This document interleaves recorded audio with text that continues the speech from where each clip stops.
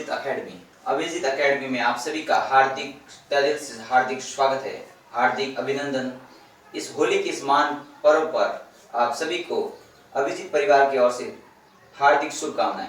आज हम शुरू करने जा रहे हैं ब्लड का सेकंड पार्ट, जिसे कहते हैं रक्त। और रक्त का हम कौन सा पार्ट स्टार्ट करने जा रहे हैं? दूसरा। कल हमने पढ़ा था WBC और प्लेटलेट्स। इसे कहते हैं पट्टिकाणु, थर्माणु या थर्मोसाइट। इसके अंदर फाइब्रिन से रक्त का थक्का बनता है। WBC भक्षण कोशिका होती है। कल मैंने यहाँ से मिस्टेक हो गई थी, मैंने भक्षण लिखा दिया था, पर भक्षण नहीं होता। इनका कार्य सिर्फ होता है रक्त का थक्का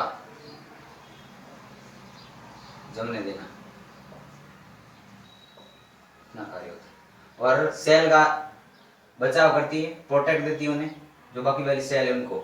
WBC ये भक्षण कोशिका होती है, भक्षाणु, भक्षक कोशिका कह सकते हैं। कौन कौन सी होती है? Neutrophil, basophil. प्रिय दोस्तों, प्रिय विद्यार्थियों, ध्यान दीजिएगा। न्यूट्रोफिल 1, बेसोफिल 2 और तीसरी है ईओसिनोफिल। सबसे अधिक मां भक्षक कोशिका है वो है न्यूट्रोफिल।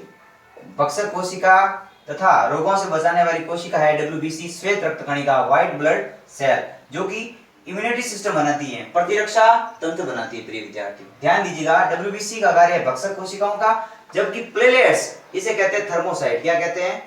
थर्मोसाइटस। यानी इसके अंदर क्या पाया जाता है? फाइब्रिन, वो भी कैसे? प्रोफाइब्रिन के रूप में पाया जाता है। और Ca+2 तत्व सहायक होते हैं, जो रक्त का थक्का जमने देते हैं ताकि रक्त बहे नहीं। और यहाँ पर पीला निक्षेप आता है। कैसा आता है निक्षेप? पीला निक्षेप। कैसा निक्षेप आता है? येलो कलर का निक्षेप आता है। प्लेटलेट्स रक्त का थक्का जमने का कार्य करती हैं। इसे पट्टिकाणु या बिंबाणु कहते हैं। प्रिय विद्यार्थियों, इसे क्या कहते हैं? पट्टिकाणु।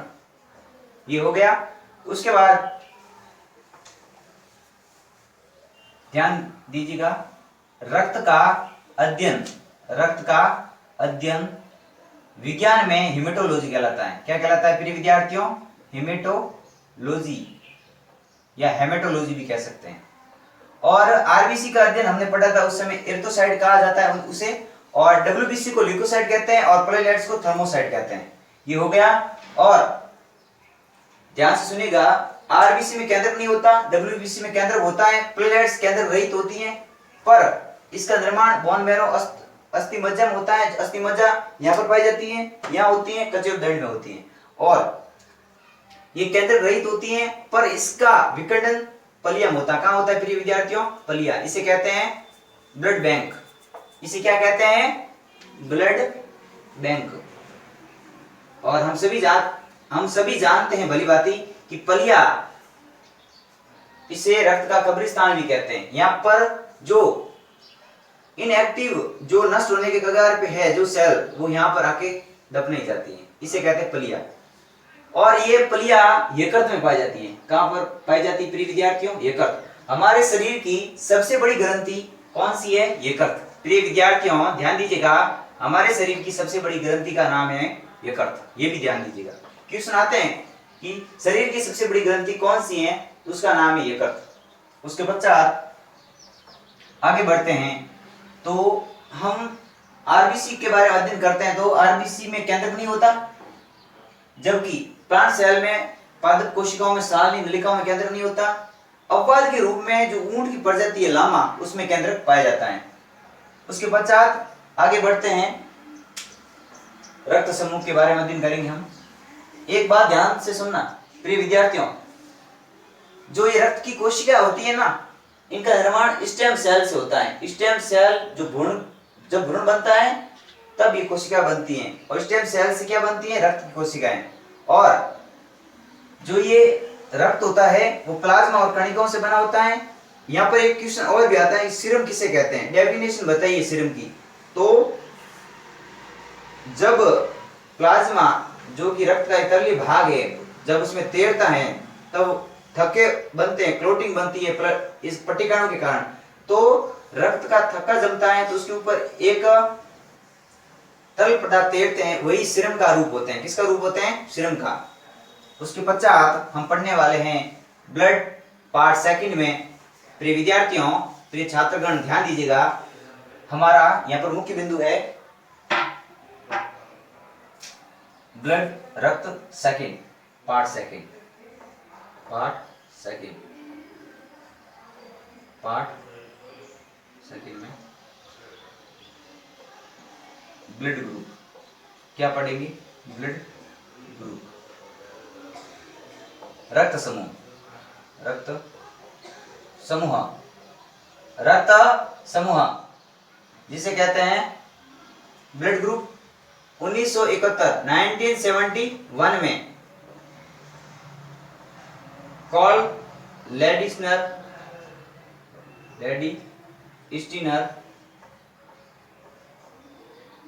ने रक्त समूह की खोज की थी। सबसे पहले लाल मुंह वाले बंदर में, लाल मुंह वाले बंदर में, जिसे रिसस बंदर कहते हैं। क्या कहते हैं प्रिय विद्यार्थियों? रिसस बंदर। उसमें उन्होंने एंटीजन को खोजा, प्रतिजन को खोजा। इस बेस पे उन्होंने इसका नाम रखा RH फैक्टर। क्या नाम रखा प्रिय विद्यार्थियों? RH factor. प्रिय दोस्तों, RH फैक्टर के आधार पर अगर RH फैक्टर, RH कारक, रिसस कारक अगर है किसी मनुष्य में तो वो RH पॉजिटिव, अगर नहीं है तो वो क्या होगा? अब्सेंट है, तो हम उसे क्या लिखेंगे? RH negative. ये चीज ध्यान रखना। उसके पश्चात जब इसकी बात आती है RH फैक्टर की तो ब्लड के ग्रुप 8 हो जाते हैं। कौन कौन से? A+, A positive, A negative, B positive, B negative, AB positive, AB positive, AB negative, O positive और O नेगेटिव। नोट के रूप में लिखिएगा, अपनी नोटबुक निकालो और लिखो। ये मोस्ट इंपोर्टेंट क्वेश्चन है कि रक्तदाता कौन है? डोनर O है। और रक्तग्राही कौन है? AB। इसके अंदर एंटीजन अब्सेंट होता है तो इसके अंदर एंटीबॉडी अब्सेंट होती है। इसी कारण ये रक्तदाता है जो रक्त दे सकता है, ले नहीं सकता। रक्तग्राही रक्त ग्रहण कर सकता है पर दे नहीं सकता, AB और ये O। देने वाले का एंटीजन देखा जाता है और लेने वाले का एंटीबॉडी देखी जाती है। ये ध्यान रखना। तत्पश्चात हम इसके बारे में जब विस्तृत चर्चा करते हैं तो ब्लड ग्रुप मुख्यतः कॉल लेडिस्नर नामक वैज्ञानिक ने, जीव विज्ञानी ने 1971 के आसपास बताया था कि रक्त समूह 4 वर्गों में वर्गीकृत होता है। कितने वर्गों में वर्गीकृत होता है प्रिय विद्यार्थियों? 4 वर्गों में। वो कौन कौन से होते हैं? मुख्य 4 वर्ग A, B, AB और O। A, B, AB और O, ये 4 रक्त समूह है जिसके आधार पर ब्लड टेस्ट किया जाता है। जब हम डॉक्टर के पास जाते हैं, चिकित्सक के पास जाते हैं, तब वो ये कहते हैं कि पहले टेस्ट करा के लाओ A, B, AB और O, आपका ब्लड ग्रुप कौन सा है। विज्ञान के अंदर ऐसे बहुत से तथ्य हैं जो अभी तक पूर्ण रूप से सुलझे हुए नहीं है। जैसे कि यहाँ पर उस समय की बात है जब कॉल लेडिस्नर खोज कर रहे थे, तब एक व्यक्ति ने उनसे प्रश्न किया कि सर बताइए हमें कि जो ये रक्त समूह होते हैं ये समान होने चाहिए, अलग अलग क्यों होते हैं? देखो, जीवों का खून लाल रंग का होता है तो रक्त समूह भी एक होना चाहिए, पर ये रक्त समूह अलग अलग तरह से वर्गीकृत क्यों है? तब कॉल लेडिस्नर ने बड़ी संवेदना व्यक्त करते हुए बड़े भावपूर्ण तरीके से कहा कि भले ही रक्त देखने में लाल दिखे पर सबकी वैरायटी, सबका रक्त अलग अलग होता है, समान कभी नहीं होता, क्योंकि सबके पेरेंट्स के जेनेटिक मटेरियल भी अलग अलग होते हैं।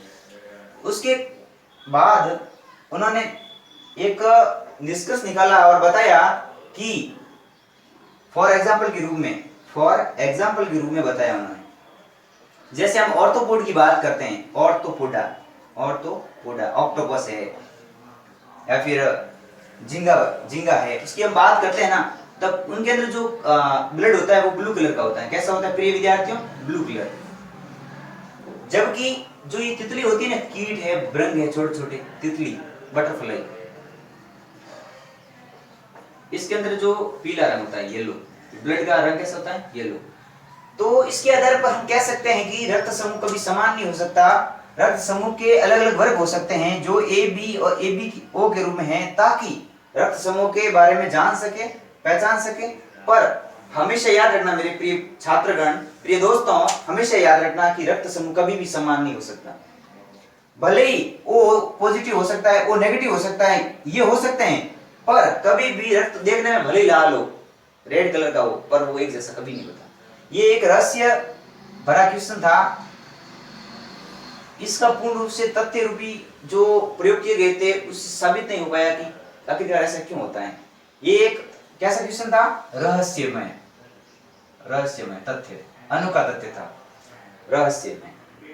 उसके पश्चात हम लास्ट टॉपिक पढ़ते हैं इसका।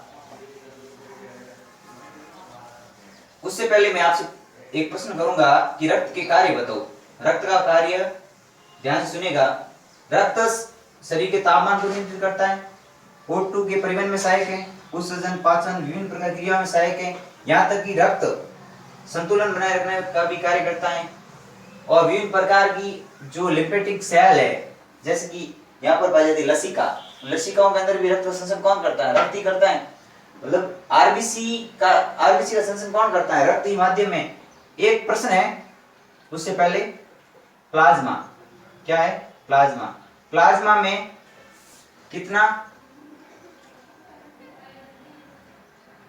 प्लाज्मा कितना होता है? ऐसा क्वेश्चन था। प्लाज्मा कितना होता है? प्लाज्मा कितना प्रतिशत होता है हमारे शरीर में, हमारी ह्यूमन बॉडी में, मतलब ह्यूमन बीइंग के अंदर 55% होता है। कितना होता है प्रिय विद्यार्थियों? 55%, जिसमें 92% क्या होता है? 92% वाटर होता है। बाकी वाले 8% है वो क्या होता है? इनऑर्गेनिक एंड ऑर्गेनिक, ये जो है ना कंपाउंड होते हैं। ठीक है। तत्पश्चात क्वेश्चन सेकंड, सर्वाधिक भक्षण कोशिका कौन सी है? भक्षाणु, भक्षक कोशिका है, भक्षण कोशिका एक ही बात है भाई। भक्षक सेल, भक्षक सेल क्या नाम है?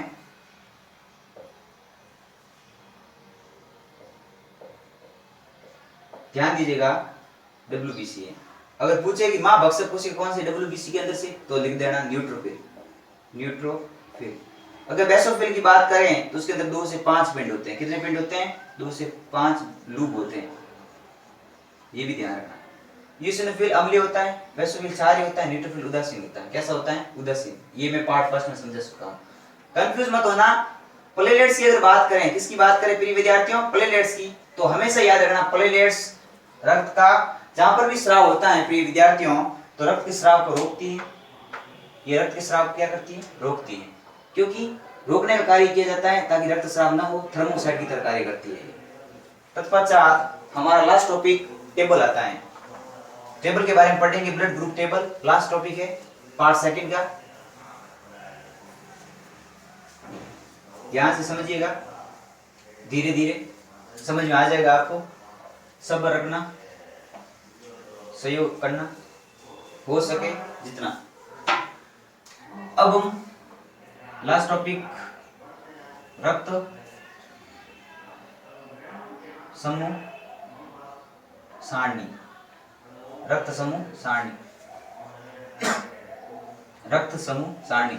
रक्त समूह कौन कौन से होते हैं? ए बी और ओ, ये 4 ही होते हैं। कितने होते हैं? 4। पर आरएस कारक के हिसाब से तो 8 होते हैं, पर हमारे कोर्स में ये होते हैं 4, ए बी और ओ। अब हम बनाते हैं इसकी टेबल। क्या बनाते हैं प्रिय विद्यार्थियों? टेबल्स बनाते हैं। यहां पर blood group BG, A B, ये आप याद कर देना। काम, ये टेबल काम की है, एग्जाम्स के अंदर आ सकती है, या फिर ऐसे भी आ सकता है कि रक्त समूह की खोज किसने की, तो आप सिंपली लिख देना कॉड लेड स्टीनर 1971। या फिर ऐसा सकता है रक्त समूह के वर्गीकरण कौन कौन से, तो ए बी ए पी और ओ। समझ गए? समझ में आ रहा है? किसी को कोई दिक्कत है क्या? बढ़ो आगे, चलो ठीक है। ए बी और ओ, रक्तदाता ओ है, ए बी रक्तग्राही है, ध्यान रखना। यहां पर लिख देते हैं प्रतिजन, यहां लिख देते हैं प्रतिपिंड, प्रतिपिंड, या फिर एंटीबॉडी भी कह सकते हैं इसे, antibody, A B antibody, body antibody भी कहते हैं, ठीक है। उसके बाद दाता जो कि डोनर है, क्या है प्रिय विद्यार्थियों? डोनर। अब हमारा लास्ट टॉपिक आता है ग्राही। क्या आता है? ग्राही। थोड़ी बड़ी कर दो, ये टेबल यहाँ से थोड़ी बड़ी कर देते हैं ताकि समझ में आसानी से समझ में आ सके। ये होता है ग्राही, जिसे कहते हैं रिसिप्ट। ये होता है रिसीवर, रिसिप्ट, ठीक है, रिसिप्ट, ग्राही। ध्यान दीजिएगा प्रिय दोस्तों, विद्यार्थियों, ध्यान दीजिएगा कि क्या होता है। दोस्तों, हम प्रतिजन के बारे में जैसे ही हम चर्चा करेंगे, पढ़ेंगे, तो हमें समझ में आएगा कि आखिरकार रक्त समूह की सारणी ए बी और ओ में ऐसा क्या है। प्रतिजन का मतलब ये होता है कि बाहर से कोई भी वायरस या रोगाणु आता है, उसे कहते हैं प्रतिजन। उसके विपरीत क्या बन रही है, उसे एंटीबॉडी कहते हैं। तो तब यहाँ पर ए बी और यहाँ पर हो जाएगी नील, कोई कुछ भी नहीं, यहाँ पर भी नील होगी, ठीक है, ये ध्यान। उसके बाद यहाँ ए बी, यहाँ पर ए और बी।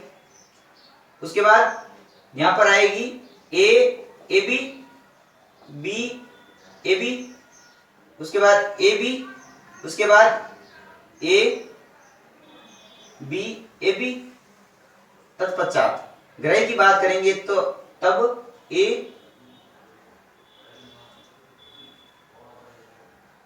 यहाँ पर ग्राही में क्या आएगा, ग्राही के अंदर ग्राही, ध्यान दीजिएगा, ये ग्राही है, समझिएगा। ब्लड ग्रुप ए बी और ओ, एंटीजन ए बी, ये हो गया, यहाँ पर नील है, यहाँ पर भी नील।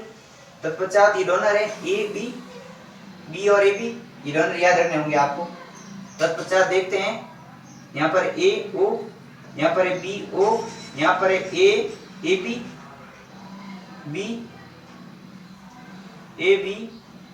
बी और ओ, यहाँ पर याद रखना ओ।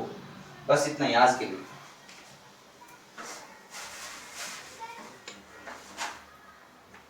दो मिनट, ये आप नोटबुक में नोट कर दीजिए, स्क्रीनशॉट ले लीजिए। आज के लिए बस इतना ही। होली के स्नान पर्व पर आप सभी को बहुत बहुत शुभकामना। आपने अपना अमूल्य टाइम निकालकर कुछ समय के लिए अभिजीत एकेडमी की क्लास को लिया है। मेरे इस वीडियो को लाइक करना, सब्सक्राइब करना, आगे से आगे शेयर करना। राम राम सा। होली के स्नान पर्व की शुभकामनाएं। धन्यवाद।